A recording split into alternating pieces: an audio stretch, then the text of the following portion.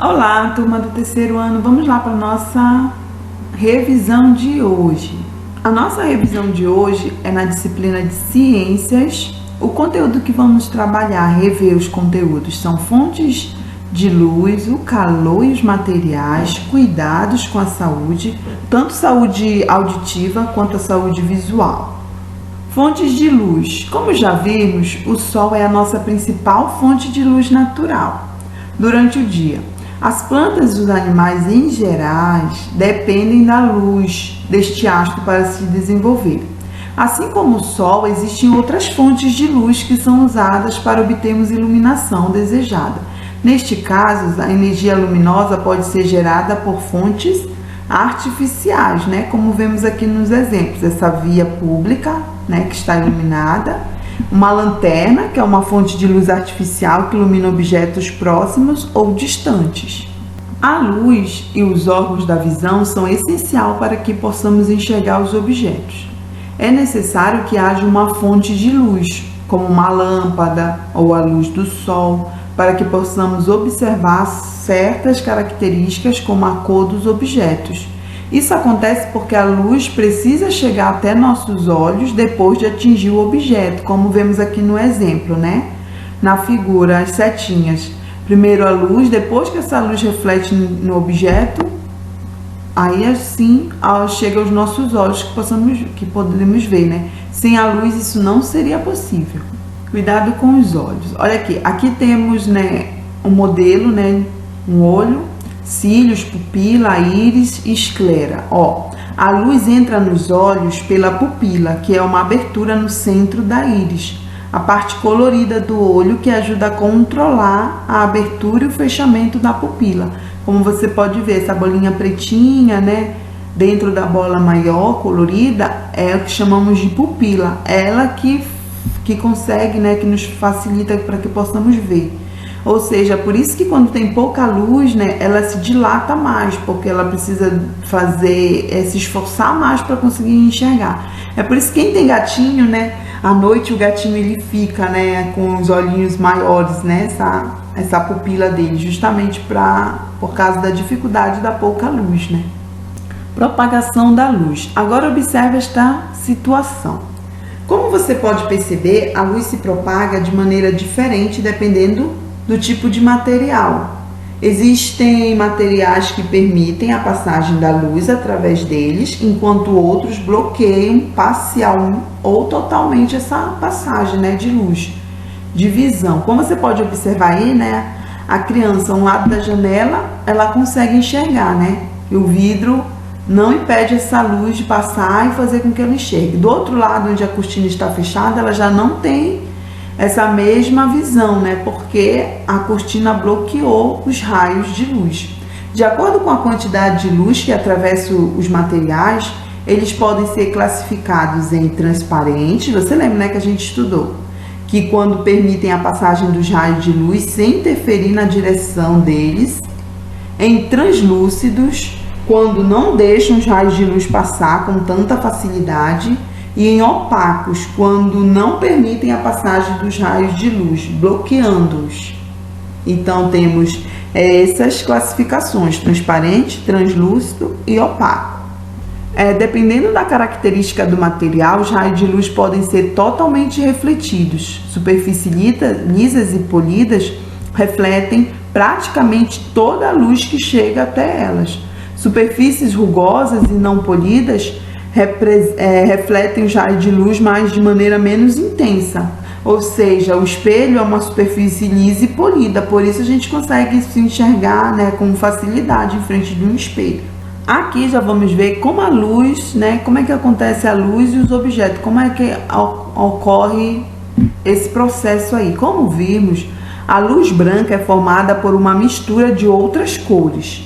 A cor dos objetos depende da luz que eles refletem. Assim, quando iluminamos um objeto com uma luz branca e o enxergamos, por exemplo, da cor vermelha, é porque esse objeto refletiu a luz da cor vermelha e absorveu todas as luzes das outras cores. Já os objetos pretos são aqueles que absorvem todas as luzes e não refletem nenhuma luz. Então, os objetos na cor preta, eles só vão absorver, mas não vão refletir luz nenhuma. A cor que é refletida por um objeto, isto é, a cor que o olho humano percebe, tem a ver com pigmento, que é a cor das tintas, por exemplo. A luz branca é composta de todas as cores visíveis. Na natureza existem 3 cores básicas de pigmento, ou também chamada de cores primárias, que são o amarelo, o vermelho e o azul. A partir dessas cores podemos formar as chamadas cores secundárias, que são as laranjas, o verde e o roxo.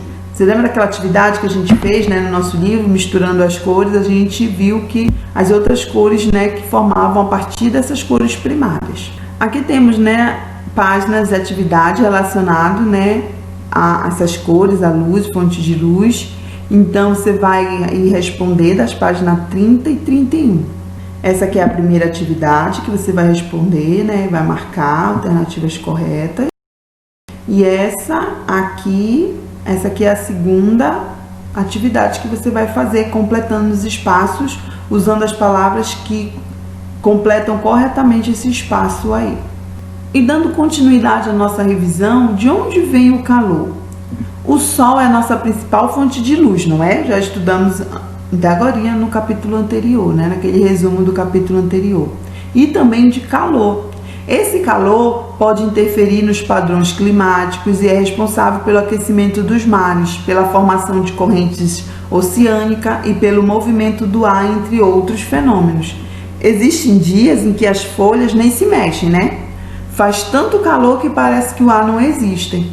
Em outros, há ventos tão fortes que pode causar estragos, né? Derrubar telhados, árvores, postes. Mas como acontece a movimentação do ar? Observe a experiência realizada pela professora Cecília em sala de aula. A gente viu, né, fez essa atividade. Aqui é só para relembrar que o saquinho de papel onde o ar foi aquecido, ele subiu. Então é dessa maneira que ocorre, né, essa movimentação do ar, através desse aquecimento. Então a gente já estudou sobre isso, você sabe, né, você lembra a importância desse aquecimento para essa movimentação. Enquanto um lugar está quente, o outro esfria e assim vai movimentando os ventos, né, o vento. Aqui, né, já vamos ver o calor e os materiais. Como é que ocorre, né? O calor ele pode ser transferido de um corpo para o outro, dependendo do tipo de material. A transferência do calor pode acontecer mais facilmente, né? A sensação que sentimos de frio ou calor ao tocarmos diferentes materiais depende se ele é um bom ou mau condutor de calor. Aqui, né, o menino tem uma xícara de alumínio e outra de porcelana, como a gente estudou, né? Uma vai ter uma facilidade maior, ser um bom condutor de calor, e o outro vai ser mau, vai ser mais lentamente que ele vai passar esse calor para esse objeto. Ou seja, a gente fez, né, a gente sabe que se você botar algo quente no material de alumínio, quando você pegar na mesma hora, ele já vai ter esquentado, porque ele é um bom condutor de calor. Enquanto na porcelana vai demorar mais para que esse calor, né, ele vai aquecer, mas mais lentamente do que no alumínio. Então existem esses tipos de materiais, como estudamos, né? Os que são bons condutores de calor e os maus condutores de calor. Aqui são algumas atividades que a gente vai fazer, né? Que está faltando fazer no nosso livro relacionado a esse tema, né? Sobre o calor e os materiais, como acontece, né? O calor e os materiais, esse condutor. Então você vai fazer as atividades da página 42, 43, 44 e 45. Essas aqui são as páginas, olha, para você ler e responder, tá? Então, qual é o que é mau condutor de calor, qual é o material que demora mais, né? Que é mau condutor de calor. Aí você vai respondendo aí cada atividade de acordo com o que estudamos. Ainda tem mais essas 2 páginas aqui de atividade, tá? Sendo que vamos relembrar, justamente para relembrar assunto que já estudamos, para que você venha relembrar e fazer as atividades. Aqui vamos continuar ainda, né? Nosso último capítulo, que foi sobre os cuidados com a saúde auditiva e a visual. Vamos relembrar sobre a saúde auditiva. Por meio da audição, podemos nos comunicar com as pessoas, perceber situações de perigo e interagir com o mundo ao nosso redor, certo? Ouvir música, brincar em família, como você está vendo aqui, né?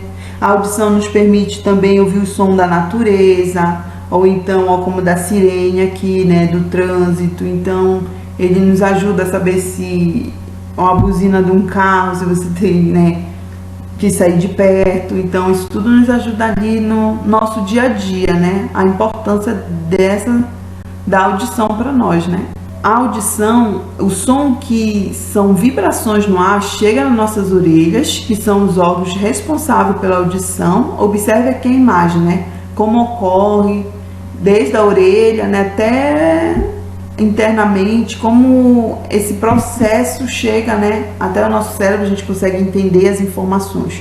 O pavilhão auditivo externo tem um formato que ajuda a favorecer e captar os sons que percorrem o condutor auditivo externo até chegar à membrana tipânica, né, que é a membrana tipânica, também chamada de tímpano, vibra com os sons que chegam até ela e transmite essa vibração para pequenos ossos que ficam na parte mais interna da orelha.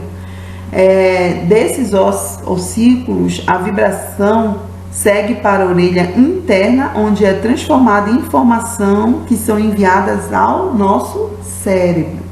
Então, dá todo esse processo aí.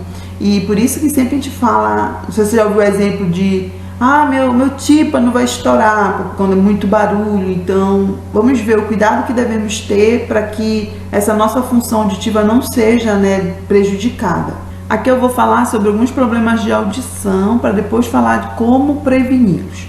Algumas pessoas nascem com a audição reduzida ou são surdas mesmo, não conseguem ouvir nada. Essas perdas auditivas podem acontecer durante a formação do bebê ainda no interior do corpo da mãe ou ao longo da vida por diversos motivos. Segundo a Organização Mundial de Saúde, a OMS, a perda auditiva é a deficiência mais comum em todo o mundo. As pessoas podem ter problemas auditivos por diferentes causas, como exposição constante a ruído internos, que é a poluição sonora. Isso inclui fone de ouvido, né? Você que gosta de ouvir muito alto, aí acaba doendo, né? Acaba prejudicando ali a sua audição. Ou então até mesmo a poluição que está aí, né? Na grande cidade que a gente vive, né? Barulho dos carros, de pessoas trabalhando, de tratores, de aviões. Então, isso é um dos que causa, né, a perda auditiva. O envelhecimento natural, né, a pessoa vai ficando mais velha e vai perdendo essas funções. Ou doenças e infecções na orelha, alguma doença que acabou, né, agravando e prejudicando a audição. O ruído excessivo comum nas grandes cidades, como eu falei, até mesmo dentro das nossas casas, né, muito barulho, acima do que é recomendado.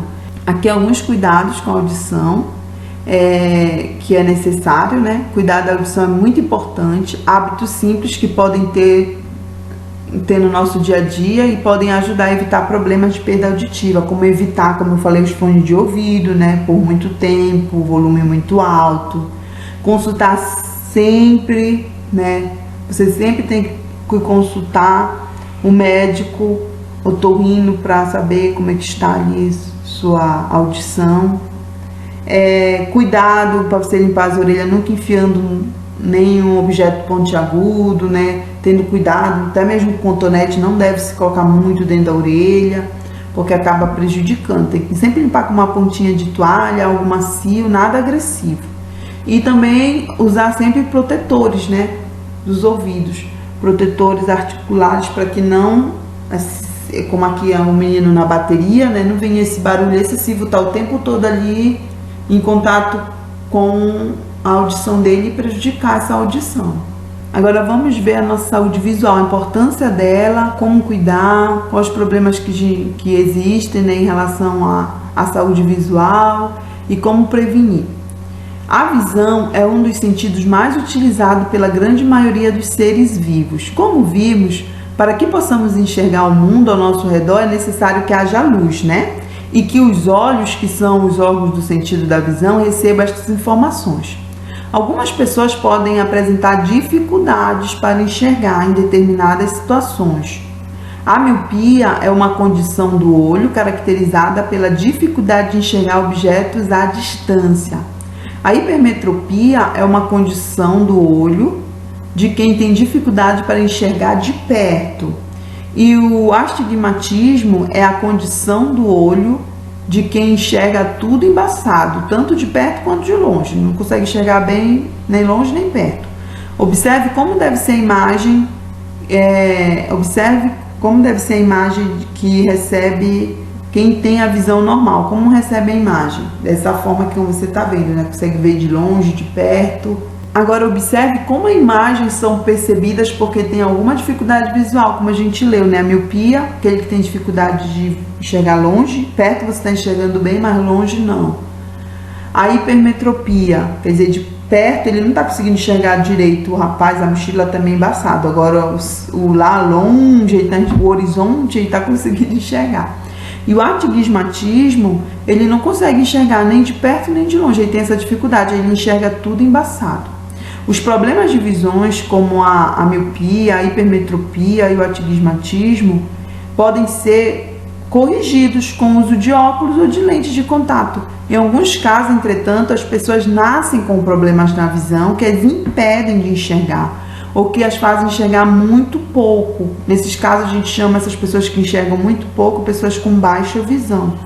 Isto, entretanto, não impede que elas deixem de realizar atividades do cotidiano, como trabalhar, frequentar escolas, parques e ajudar nas tarefas de casa, porque hoje já se tem livros, já várias ferramentas através do Braille, que ela pode ler com as mãos, então ela consegue saber onde está, ou ler um livro, estudar através dessas ferramentas existentes hoje. Aqui, cuidado com os olhos. Os olhos são órgãos sensíveis. Nosso corpo possui estruturas e barreiras naturais, como supercílios, as pálpebras que protegem os olhos, por exemplo, contra batidas, contra a entrada de objetos, poeira e micro-organismo. Além disso, as lágrimas também ajudam a proteger nossos olhos, mantendo-os umedecidos. Normalmente, nossos olhos produzem lágrimas que, ao piscarmos, são espalhadas, evitando que os olhos fiquem ressecados e irritados. Entretanto, alguns cuidados no nosso dia a dia são importantes para manter uma saúde dos olhos. Observe aqui alguns cuidados necessários.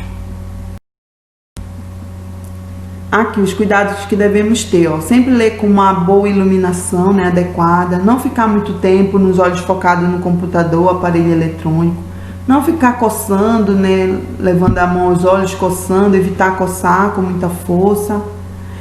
Quando estiver incidência solar, estiver muito alta, usar óculos escuros, com lente que protejam dos raios ultravioletas e sempre, nunca esquecer, sempre você deve ir no médico e realizar exames no oftalmologista, anualmente, para ver como é que está a sua visão. Então, crianças, essa foi a nossa revisão, fazendo um resumo aí de todo o nosso capítulo de ciências. Eu espero que vocês tenham gostado, estudem bastante, não deixem de fazer as atividades. Até a próxima, beijo!